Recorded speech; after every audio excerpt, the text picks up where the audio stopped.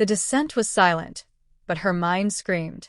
Varellin stood rigid on the observation deck of the descent craft, eyes locked onto the unfathomable sprawl below. Earth's largest human megacity, Terrapolis Prime, stretched far beyond the horizon, a glowing lattice of movement and madness. Massive towers pierced cloud layers like celestial needles. Colossal platforms hung between them like webs spun by titanic spiders. Rivers of light surged through the city's arterial highways, some terrestrial, others winding midair. Her jaw clenched.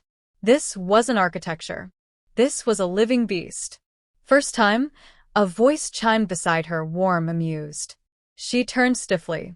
The human, her official escort, wore a crisp black uniform with mismatched buttons and worn boots. A simple red scarf was looped around her neck like a statement. Her name tag read Mara. Varellin blinked. A creature so casually dressed wouldn't be allowed within 100 kilometers of an alien dignitary back home. I've studied your kind extensively, Varellin replied, her translators smoothing the words into clipped politeness. But I wasn't expecting this. Mara's grin broadened. Nobody ever is. The vessel docked with a humming pulse, and the door irised open. Heat, sound, and scent assaulted Varellin all at once. Burnt spices, ozone, oil, flowers, sweat, laughter, sirens. The air throbbed with life. Crowds surged through transparent walkways and levitating platforms. Languages, hundreds of them, flashed on digital banners. Somewhere below, someone was either celebrating or starting a riot. It was impossible to tell. Please stay close, Mara said, stepping into the flow of foot traffic like it was a dance she'd choreographed herself. Varellin obeyed, weaving behind her like a child. Her people were symmetrical, clean, contained. This place, this world, was none of those things. And yet it wasn't random. Beneath the chaos, she sensed patterns, improvised order, organic adaptation. But no logic, she understood. How many live here, she asked. Mara shrugged mid-step. Depends on the day. Just over 8 billion in the Metroplex and its vertical sectors. Another 2 in the orbitals. Varellin stumbled. Don't worry, Mara added, catching her with one arm. You're not expected to remember all their names. They passed through a transit hub where floating trains hissed in and out with insectoid grace. Humans and non-humans moved together, some chatting, others plugged into private thought spaces. A translucent creature with 6 eyes offered Varellin a sample of something bubbling in a glass vial. Mara declined for both of them. I thought your species preferred isolation, Varellin muttered, scanning the tangle of species and noise around her.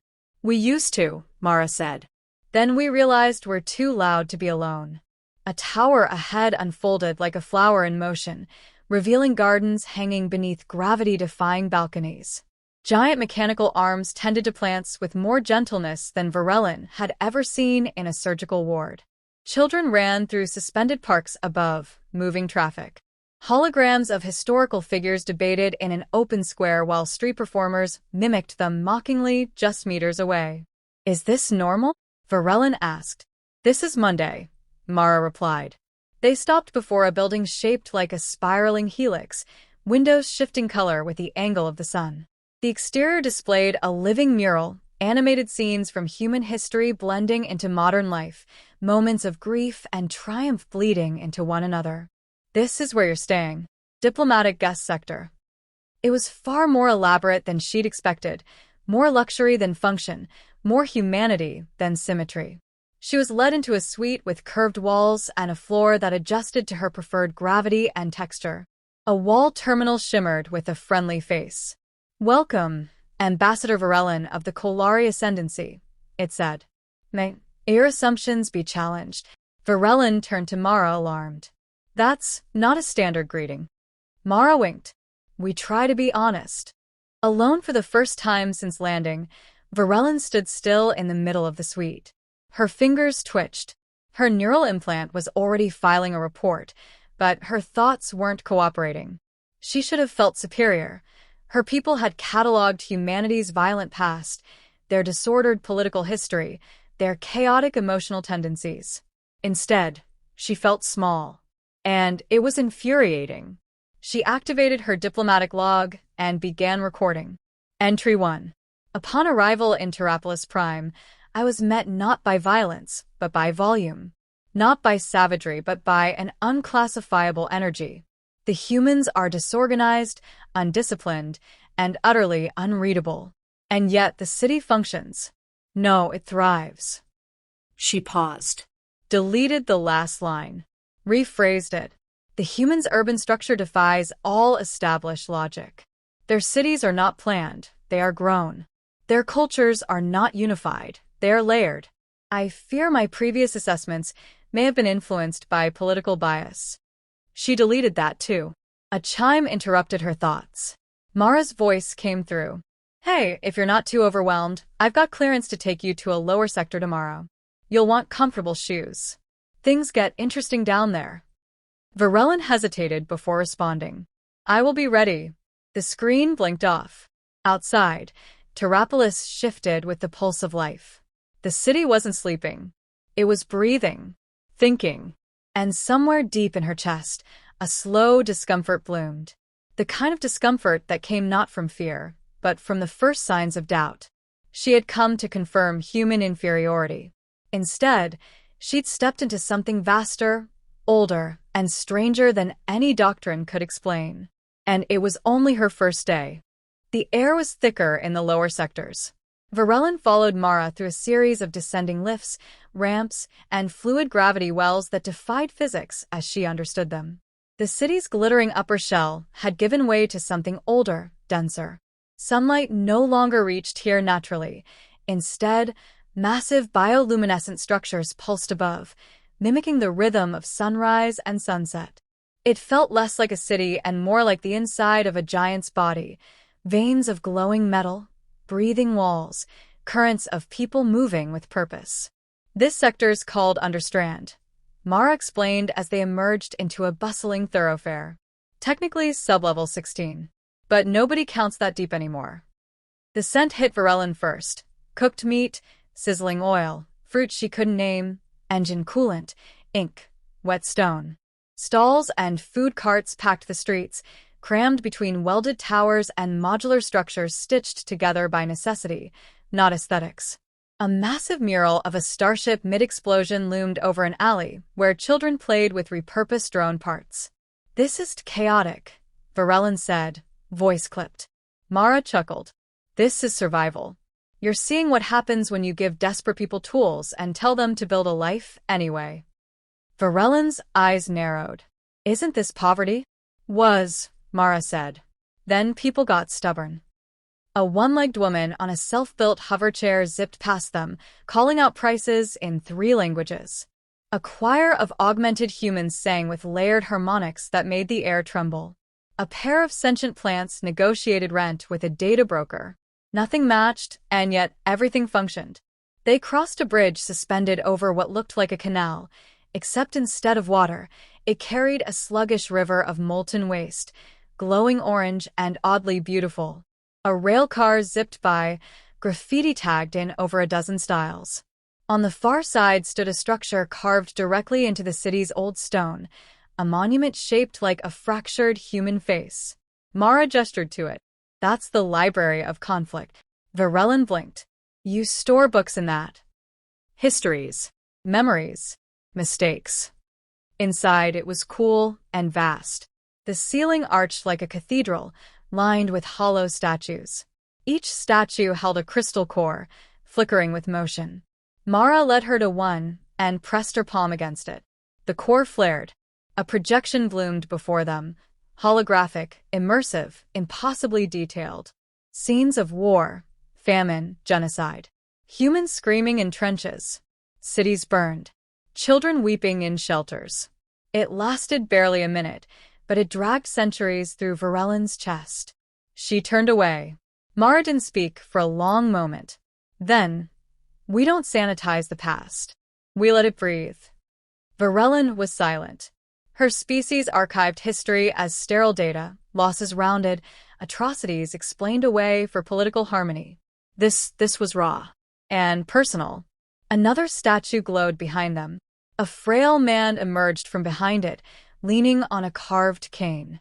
His face was lined with scars, some artificial, some not. One of his eyes had been replaced with a polished crystal lens. He looked at Varellin with a slow, assessing gaze. "You're the one from Kalari," he said. His voice was gravel wrapped in velvet. She inclined her head. "Ambassador Varellin. Name's Kincaid. Fought in the Europa Rift. Lost a squad. Gained perspective." Varellin didn't know what to say. She defaulted to procedure. "My condolences for your losses." He laughed softly. "They mattered. That's enough." She expected bitterness. She found peace, and that unsettled her more. Back outside, the market had shifted slightly.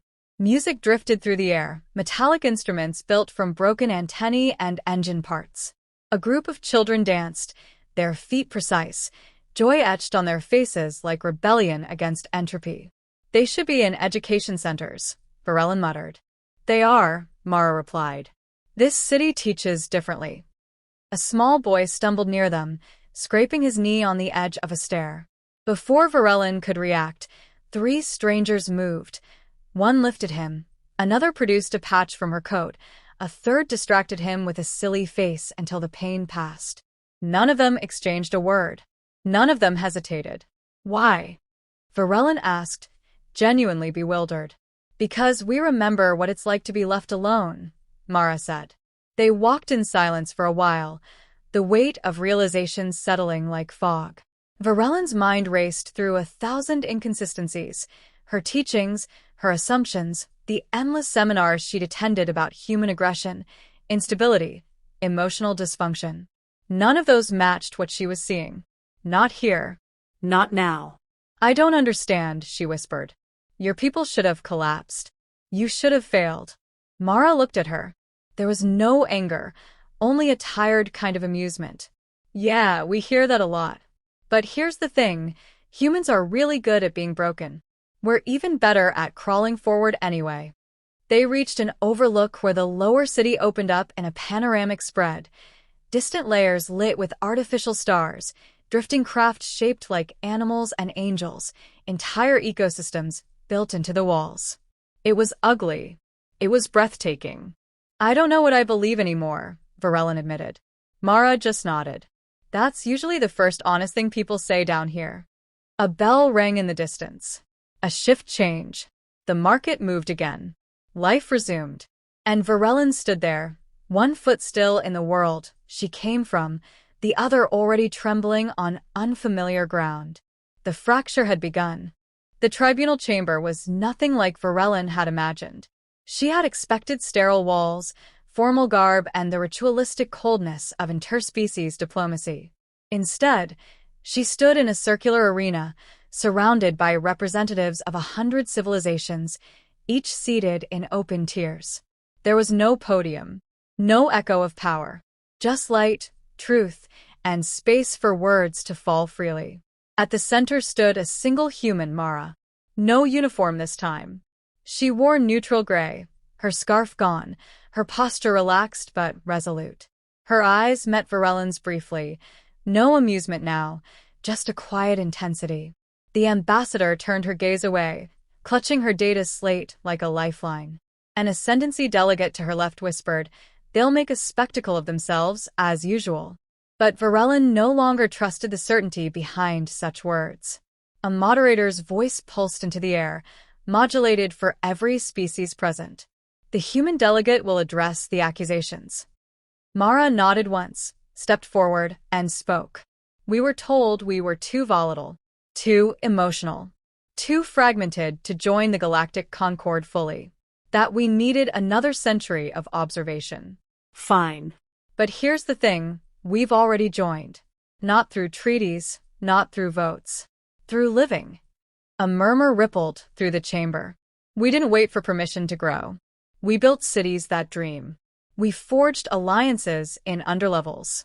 We solved famines not with magic tech, but with stubborn collaboration. We remember our worst selves and we show them to our children. Not to glorify, but to warn." She gestured, and the chamber lit with a projection. Images from Terrapolis, Children learning from street performers, elders debating AI philosophers, humans and non-humans solving disputes in shared kitchens instead of courts. None of it was clean. All of it was real. The Kolari ascendancy calls us unpredictable, dangerous. They're not wrong, but they forget the core truth about humans. We adapt not to survive, but to connect, even if it breaks us first. Varellin felt a pang in her chest. She didn't know what it was. Not quite shame, not quite awe. Something between. A Kolari official stood. You admit your species is fractured. Is that not proof of your unsuitability? Mara smiled. We are fractured, and yet we show up. Every day. For each other. That's not unsuitability. That's resilience. The official scoffed and sat. The chamber moderator turned to Varellin. Ambassador, as observing emissary of the Kolari ascendancy, your insights are now requested. She had prepared remarks. Statements crafted by committees, polished by bureaucrats, reinforced by doctrine. She deleted them. Stepping forward, Varellin cleared her throat. I arrived on Earth expecting to catalog failure. What I found was confounding. The human megacity is a contradiction. It is disordered yet synchronized, lawless yet ethical, brutal and profoundly kind. She let her gaze sweep across the assembly. My species values precision, control, homogeneity. But in Terrapolis, I saw cultures not blend but collide. And from those collisions, something new is born. Every day. Not perfection, but motion. A pause. She didn't know why, but she looked to Mara again. I saw people who do not hide their past, who let their children dance in places where ancestors bled, who fail, often, and keep building anyway. The chamber was silent. Then someone asked, and your official recommendation? She exhaled. I recommend full Concord consideration. With immediate effect. The Kolari delegation stirred behind her, aghast. But Varellin didn't flinch. Outside the chamber, Mara found her leaning against a pillar. For once, the humans said nothing. It wasn't supposed to go like this, Varellin admitted quietly. My entire mission was to prove your unworthiness. My people need you to fail. Why? Mara asked, voice gentle. Because we've stagnated. Your chaos frightens us. If you're accepted, we'll have to change. And we're not good at change. Mara leaned beside her. You don't have to change like us. Just change with us. The line was simple, but it cracked something deep inside her. They stood there as the stars shifted above the chamber dome, glittering in unnatural constellations. Ships passed overhead. Life moved on. You were right, you know, Varellin murmured. Back in the Undercity. When you said humans are good at being broken. Mara chuckled softly. Yeah. But the good part is we don't stay broken. The moment held. Then Varellin did something unplanned, something unscripted. She reached out and shook Mara's hand. No ceremony. No protocols. Just contact. Real. Immediate. And in that small, human gesture, her worldview collapsed, then reassembled into something stronger. Not Kolari. Not Terran. Just open. And finally, unafraid.